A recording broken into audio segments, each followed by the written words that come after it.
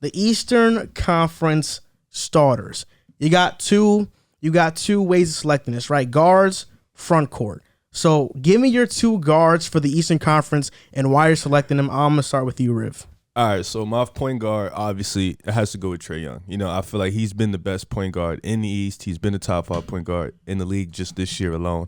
I feel like him putting the team Atlanta on his back with all the injuries and COVID they've dealt with, him still performing, averaging the double-double, he's been incredible. So I feel like he has the point guard spot on lock. For the 2 spot, honestly, my mind just changed after I just seen a 1-foot game winner. I got to put DeMar DeRozan. Over Lavine? I got to put DeMar. I respect DeMar has been the best player for the Bulls. I feel like Lavine has been the 1B, but DeMar in the fourth quarter, he's done it for us this whole year. He's been efficient. He's been phenomenal as a scorer. So this year, I got to put him at that 2 spot. Harden, he can definitely have that debate, but Harden has his slumps this year. I feel like DeMar has just been the more consistent player. So Trae Young and DeMar is my backcourt. This is tough. There's some good players, but I'm taking what I think is going to happen because I know fan vote takes a big part of who's going to start in this All-Star game. I think James Harden's probably going to be one of those starters. He has one of the biggest fan bases in the NBA. You want to look at the biggest James Harden fan probably in the United States of America. You're looking at him with Joel Moran. He hasn't had the most efficient season, but I've been enlightened to effective field goal percentage, and he's shooting almost about 50% from effective field goal percentage. That's pretty solid. 22 points per game, which is a little bit less than what we're accustomed to from James Harden, but he's not the alpha dog on his team right now. Kevin Durant is the primary scorer, and he's being asked to do other things, facilitating the basketball, which he always does. He's averaging around 9 assists. Rebounds, he's averaging about 8 rebounds a game. So I do think, given the fact that his numbers still are relatively solid compared to what we've expected from Harden, he's taking a notch up in assists. He's taking a notch up in rebounds. He's just taking a dip in points because he's catering to his teammates.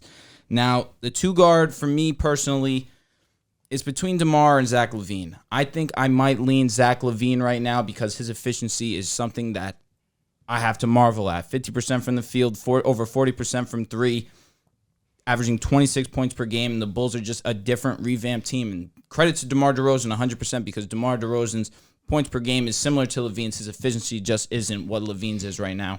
And I think Lavine is more exciting to watch. Personally, I think fans will lean that way. I've got Trae Young. I mean, it's pretty simple. Offensively this year, he's been freaking awesome. And then you look at the Hawks. They're, and not their Klay Thompson, but they're Wiggins, DeAndre Hunter, been hurt this year. It's like for Trae Young, their defense hasn't been good, but it's like all these guys are injured. And he's been doing his part offensively. He's been phenomenal on that end. Their defense, though, has really held them back. That's why the Hawks right now are not in the playoff picture. If those guys are healthy, the Hawks easily be a playoff team. So I think Trae Young should be a no-brainer. Like, he's doing his job. The playmaking is there. Maybe his best season yet. He's been freaking awesome this year. And then along with him, I got DeMar DeRozan. It's tough. It's between him and James Harden. But with DeMar this year, I mean, the Nets, they are a little bit better than the Bulls, but with DeMar, it's his best year yet. And it's like fans may lean towards James Harden because like the name, popularity, and brand. But DeMar this year has been something else. He's been efficient, and this is his best year yet in years. He's been playing his best defense in a long time for the Bulls. He's been fine this year defensively. Like, he's been bad defensively for a while now, but this year he's just been good enough. And that for the Bulls is the reason why they're a top 2 seed right now. They've been awesome this year, so I got DeMar. Yeah. You make some excellent points. You want to know what? That's actually a nice jersey. I forgot to tell you that. I appreciate it, man. Shout out to my boy Brian. I bought a bunch of vintage stuff from him, and he got me this Flies jersey. Yeah, I also have a vintage Patriots versus Packers Super Bowl sweater that I got too. It's so fire. I'm gonna wear it one day on the show. Once I get skinnier, it fits me mad tight right now. What's that Meek Mill line with the Philadelphia Flyers? I have no It's clue. On Dreams and Nightmares. I forgot. I was hoping one of you guys would pick me up right there. Okay, look, let's talk about these starters though. I'm ashamed at you. What'd I do? You left out a Bull. Zach? You swap Zach. Listen, this isn't point guard, shooting guard. It's guards. Because of that, I'm going with Zach Lavine and DeMar DeRozan. Okay, I like that. I like that a lot. Regardless of the Bulls hate that people may think I have, I don't have Bulls hate. In fact, I have a Bull. I just bought a vintage Bulls shirt. Wow. Championships. It has all the championships on the back of it written out. I was thinking about giving it to you, but it's extra large. I don't know if it fits you. No, I'm a medium. Yeah. 26 waist, right? He does have his Riv's waist is snatched, bro. Riv's waist is snatched. I set Joel up for that, bro. DeMar and Zach have been the best duo in the NBA this season. DeMar DeRozan shooting 50% from the field, 36% from three. He's averaging 27 points per game. He's having a better season than James Harden. James Harden is going to be better when the year ends because he's just had back-to-back 30-point games. There's no doubt. And he's been better by far throughout the career. It's not even close. Zach Lavine, he's averaging 26.3 points, 5 rebounds, 4 assists, 50% from the field and 41% from three. He's a freak. Trae Young, yes, statistically is having a better season than both of these guys. But Atlanta right now, they're a playing team. The Chicago Bulls are the second seed in the Eastern Conference. And I know a lot of people don't like doing it nowadays because last year we had Bradley Beal starting in the All-Star game. We don't reward winning. We have to reward winning. And the Bulls are winning. And Zach LaVine and DeMar DeRozan are two of the main reasons why. I wasn't going to pick James Harden here. You know, I know you guys thought I was. No, I wasn't.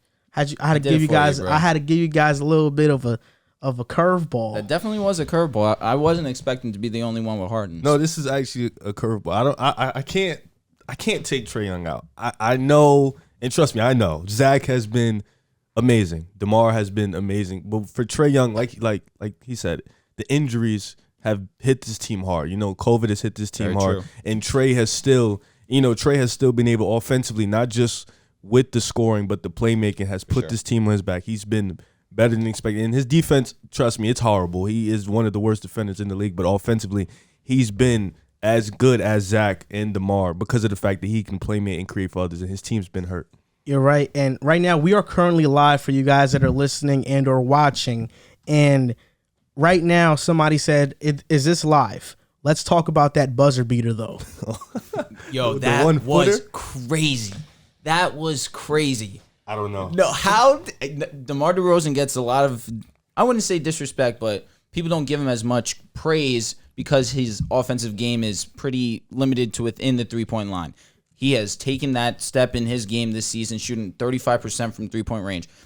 To hit that game winner off one leg, 4-3 for the win, impressive, regardless of if it's against my Pacers or not. How many guys have we seen get better at age 30 or up like this? Like, I don't think he's ever played like this in Toronto. Being this good defensively, being able to shoot an average percentage from the three-point line, being Toronto this effective. did play like this, though. On defense? Not like this. This is a little bit different. I feel like right when he reached his peak in Toronto, he got traded to San Antonio. And I feel like that's another reason why I feel like now he's finally in a situation where he feels he has to show the world that he isn't just a regular, star player in this league. While he was on San Antonio for a few years, his talents, to a degree, kind of got wasted, given the fact that San Antonio wasn't a primetime team. Now he's on a primetime team. In the playoffs. But they're not in the Bulls' position where they're going to contend for a championship, potentially. And that's what I say. I think DeMar DeRozan's taking things personal this year, and he's really elevated his game to the fact where, I'm going to get into this a little bit when we go into my reserves, but he's upped his field goal, his three-point percentage. All of his percentages are up this season as opposed to his career averages. To that, he's never played with a scorer like Zach in his life. So that takes the weight off your shoulders when you have another guy that can do exactly what you can do, probably a little bit better because Zach can shoot the three ball at an efficient rate. So a guy that can go get a bucket just like you. Zach can go into the mid-range game. He can go out and take the three. He can take you to the basket. Somebody who can go bucket for bucket with you, that takes so much pressure off you, and that helps you. Same thing, not like because KD and Kyrie are obviously more talented, but them two, you saw it. When KD can go get a bucket, Kyrie can go get a bucket. It just takes the pressure off both guys. So I think that's what helping DeMar give that effort on defense. Give that effort in the fourth quarter.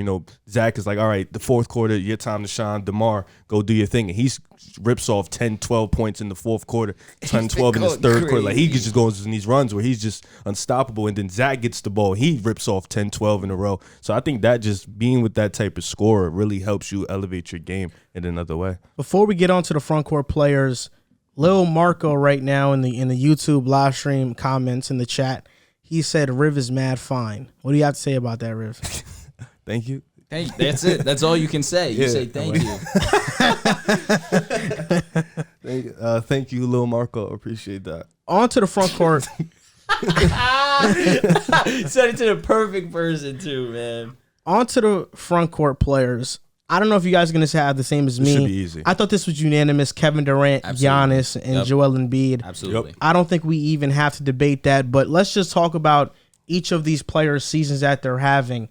Kevin Durant is, I think, the MVP frontrunner right now. He's had multiple 50-point games this season. He's averaging 29.7 points per game. You think Nikola Jokic is frontrunner right now? When Jamal Murray comes back and the Nuggets start to pick it up, it's going to get really interesting. Right now, Nuggets are not there. They don't have the wins. But when the Nuggets start to win games, Jokic, advanced numbers, he has all of them. Literally every single one. Zach Lowe was talking about on ESPN. Like, his season, record-breaking. Can I ask you a question? Yeah. Just one question.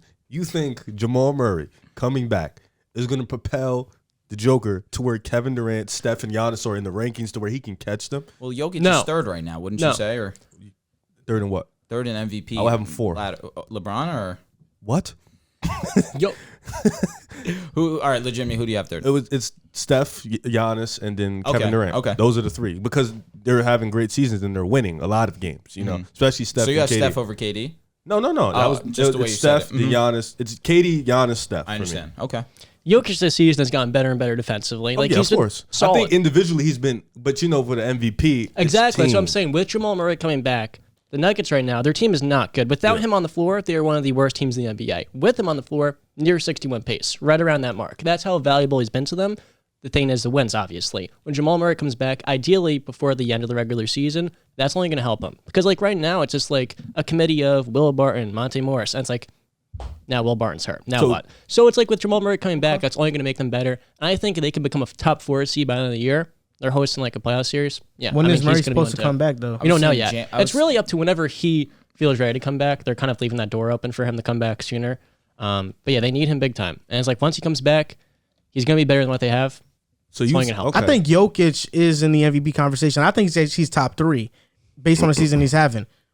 Kevin Durant, the Nets are the first seed in the Eastern Conference. No, he's averaging 30. Let me get this straight. Right now, Kevin Durant is the MVP because they are the number 1 seed, right? Okay. Well, he's also averaging almost 30. His field goal percentage is ridiculous. His 3-point percentage is ridiculous. But Jokic this year has been way more valuable than his team.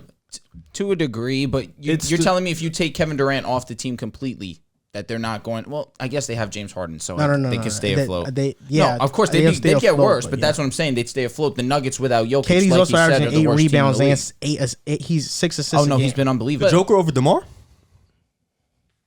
MVP, bro? You're dead ass? I'm dead serious. No, I mean, listen, I probably would have Jokic over DeMar, but it's a conversation. I think it has.